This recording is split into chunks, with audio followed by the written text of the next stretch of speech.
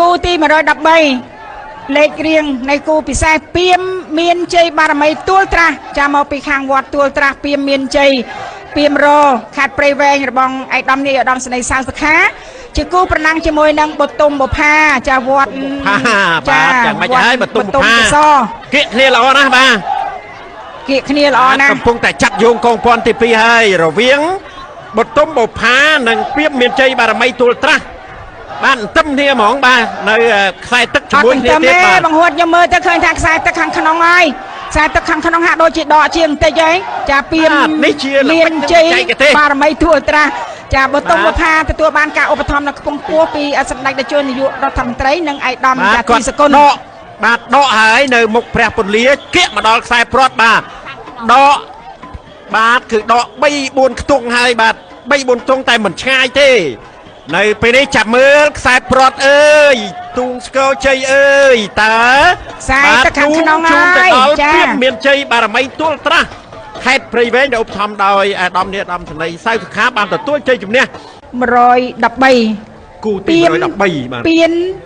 មានជ័យបារមីទួលត្រាស់ចារបងឯកឧត្តមនាយឧត្តមសេនីយ៍សៅសុខាមកពីខាងវត្តទួលត្រាស់ពីមានជ័យពីមរខេត្តព្រៃវែងបតុមបុផាការពីជើងទី1ទទួលចាញ់ម្ដងហើយឥឡូវនេះហាក់ដូចជា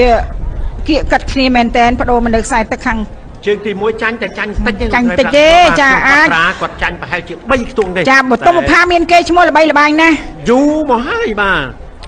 យើងខ្ញុំទាំងអស់គ្នាសូមសម្ដែងនៅការថ្លែងអំណរគុណនិងសេចក្តីគោរពដ៏ខ្ពង់ខ្ពស់បំផុតចំពោះសម្ដេចតេជោនាយករដ្ឋមន្ត្រីដែលលោកបានឧបត្ថម្ភនៅទូកបតុមបុផាដែលស្ថិតនៅក្នុងវត្តបតុមកេសរពីមខុសស្នាកំពង់ចាមជាមួយនឹងឯកឧត្តមចាទីសកុលចាសូមអរគុណសម្ដេចតេជោនាយករដ្ឋមន្ត្រីជាទីគោរពដ៏ខ្ពង់ខ្ពស់ចាបាទឥឡូវនេះខ្សែទឹកខាងក្នុងហាក់ដូចជាមានព្រៀបជាងបន្តិចតួយក្នុងមានព្រៀបចាតែមិនទាន់ហ៊ានសន្តាននេះព្រោះនៅប្រហែលជាចម្ងាយ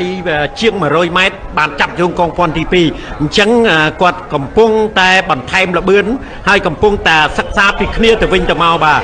ចិត្តចាប់យកកងព័ន្ធទី2ឃើញថាក្បាលទូកនឹងលូតជាងបន្តិចតួយហើយក្នុងលូតតិចតួយហើយបាទក៏ប៉ុន្តែមិនទាន់ថាយ៉ាងម៉េចទេបតុមបុផាបន្ថែមល្បឿនយកជ័យជំនះវិញដើម្បីទូទាត់សងជើងទី1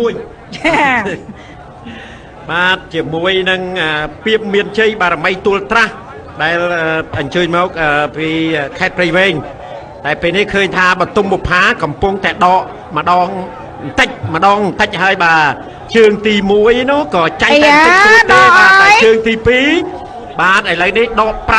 6 7ខ្ទង់ហើយជាមោទនភាពណាស់របស់បតុមបុផាម្ដងនេះឈ្នះច្រើនទទួលជ័យជំនះបាទចិត្តបាទជាងពាក់កណ្ដាលទូកចាជាងពាក់កណ្ដាលទូកនៅសល់ប្រហែលជា4 5ខ្ទង់ទៀតបាច់ហើយបាទសូមអបអរសាទរជាមួយនឹងបតុមបុផាដែលជួយមកពីខេត្តកំពង់ចាមទទួលជ័យជំនះវិញនៅជើងទី2ទូកគូទី